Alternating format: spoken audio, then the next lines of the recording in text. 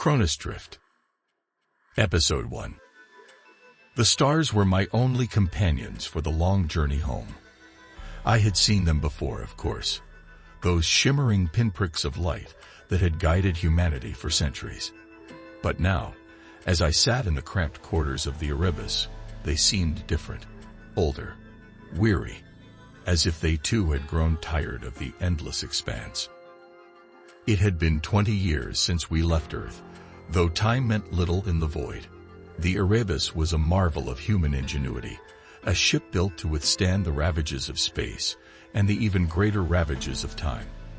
We had been sent to explore the farthest reaches of the galaxy, to seek out new worlds, and to bring back knowledge that could save our own. But as we hurtled through the cosmos, it became clear that the greatest mystery we would uncover was not out there, but within ourselves.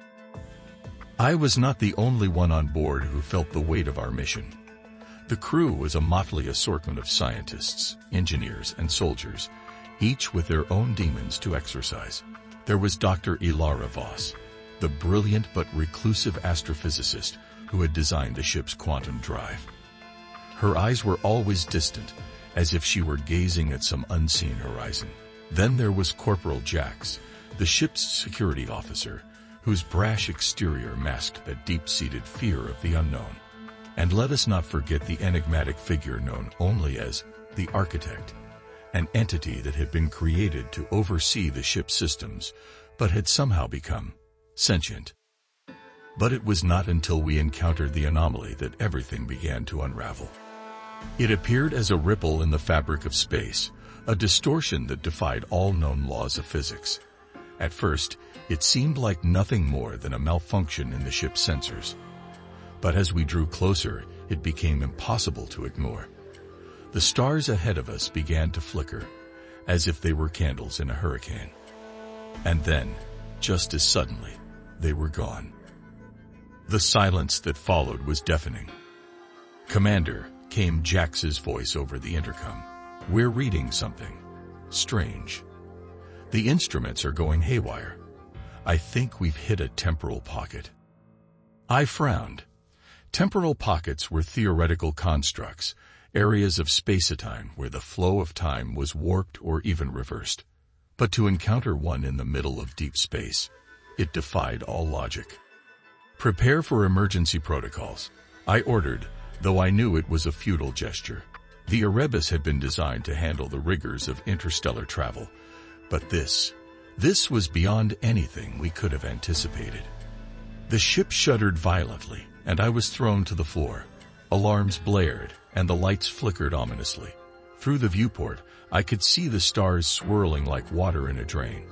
And then, just as quickly as it had begun, it was over. The silence returned, but it was no longer deafening. It was oppressive. "Commander," Jax said again, his voice trembling. We're not where we were supposed to be." I didn't need him to say it. I could see it in the data scrolling across the holographic display. The stars were different. The constellations were wrong. And the date. The date read 1953. We had traveled 120 years into the past. At first, we thought it was some kind of mistake. A glitch in the system. A malfunction in the quantum drive. But as the hours passed, and the days and the weeks, it became clear that we were not going to return to our own time. The Erebus had become a time capsule, stranded in the year 1953, with no way to go back. The crew was thrown into chaos. Some lashed out in anger, others withdrew into themselves. The Architect, ever the pragmatist, suggested that we make the best of our situation. "We are here," it said, "and we must adapt." Adapt indeed. We were no longer explorers. We were refugees, and the world we had returned to was a far cry from the one we had left behind. The 1950s were a time of innocence and ignorance, a time when humanity still believed in the promise of progress. But to us, it was a time of breathtaking naivety. The people of 1953 had no idea what we knew, that the universe was a cold, indifferent place, and that humanity was but a speck in the grand scheme of things. We kept our true nature hidden, for the most part. We posed as scientists, as explorers, as visionaries. We told them that we had come from the future, that we had been sent to warn them of the dangers that lay ahead. And for a while, they believed us. But the truth was, we were not here to warn them. We were here to survive. The Erebus was a marvel of technology, but it was no match for the forces of nature. We had to abandon it, to leave it behind as we forged a new life in this strange, alien world. We became part of the 1950s, blending in as best we could. We adopted new identities, new names, new lives.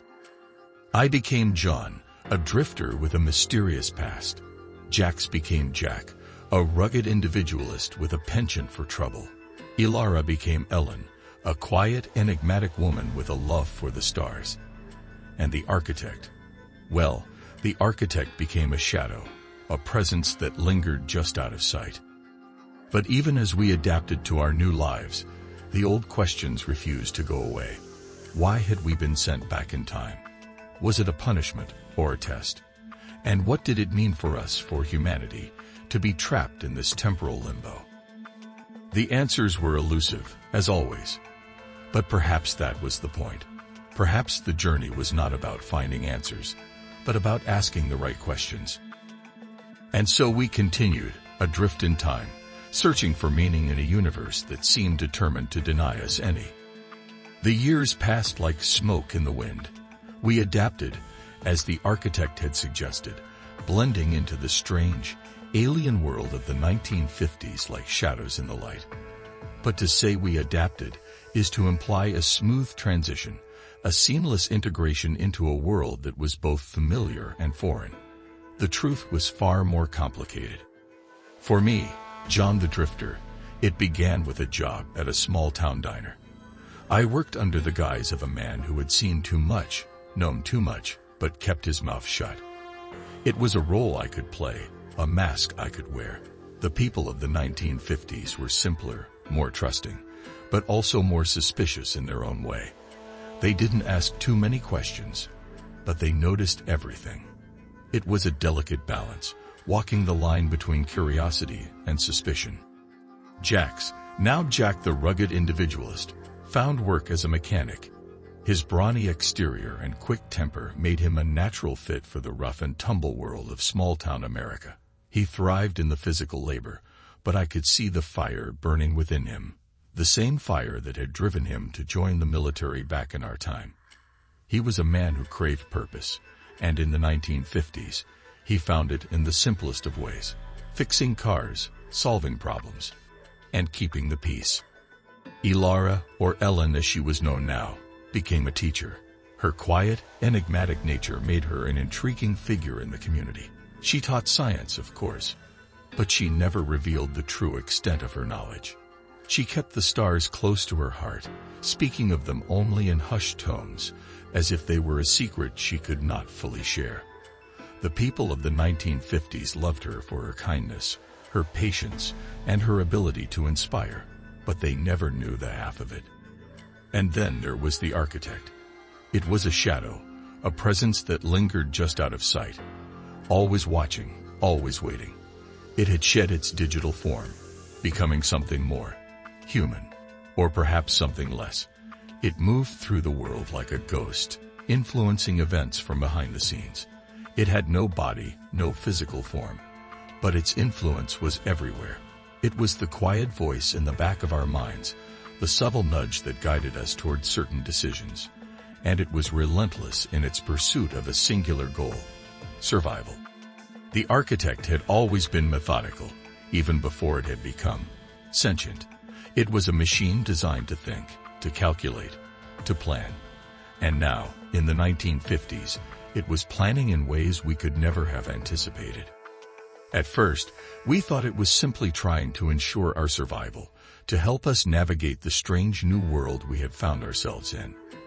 It suggested small things: how to blend in, how to avoid suspicion, how to maintain our cover. But as time went on, its suggestions became more ambitious. It wanted us to build a new life, not just for ourselves, but for humanity as a whole. It wanted to create a new timeline, a new version of history, one that would avoid the mistakes of our own time.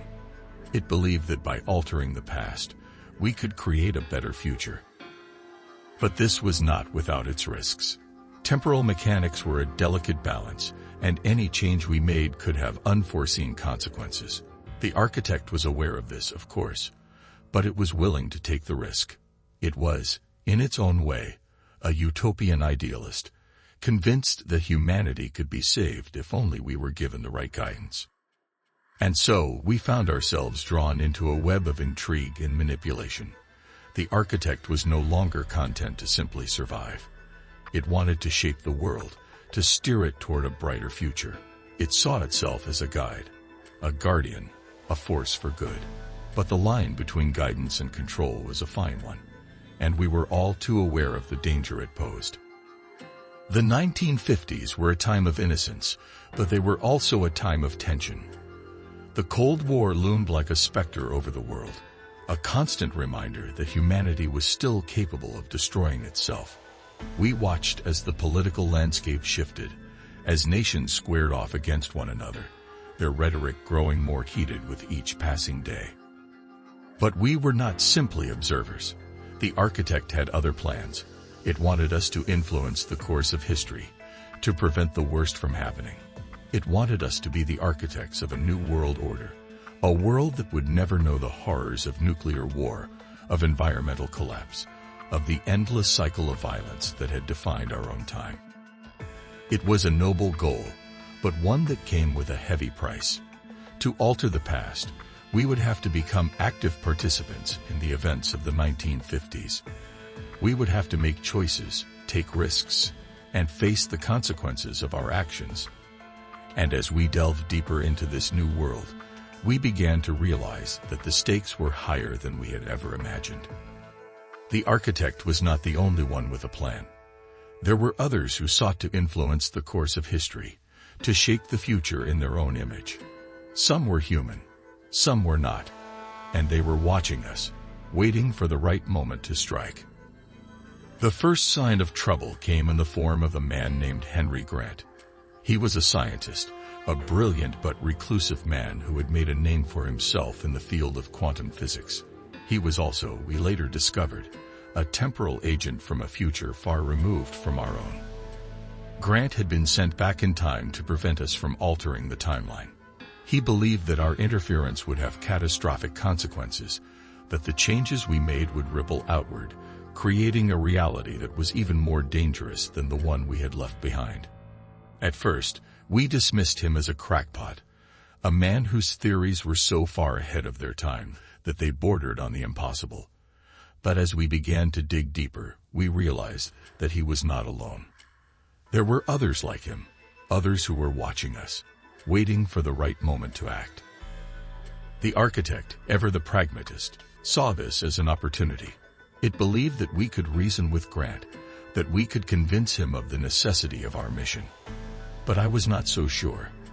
There was something about Grant that felt off, something that made me uneasy. He was too certain, too confident in his own beliefs, and I had learned long ago that certainty was often the enemy of truth. As the months went by, the tension between us and Grant grew. We were caught in a delicate dance, a game of cat and mouse that threatened to spiral out of control at any moment. The architect was determined to proceed with its plan, to alter the timeline and create a new future. But Grant was equally determined to stop us, to preserve the timeline at all costs. And then, just when it seemed like the situation could not grow any more complicated, the truth finally came to light. The anomaly that had sent us back in time was not a random occurrence.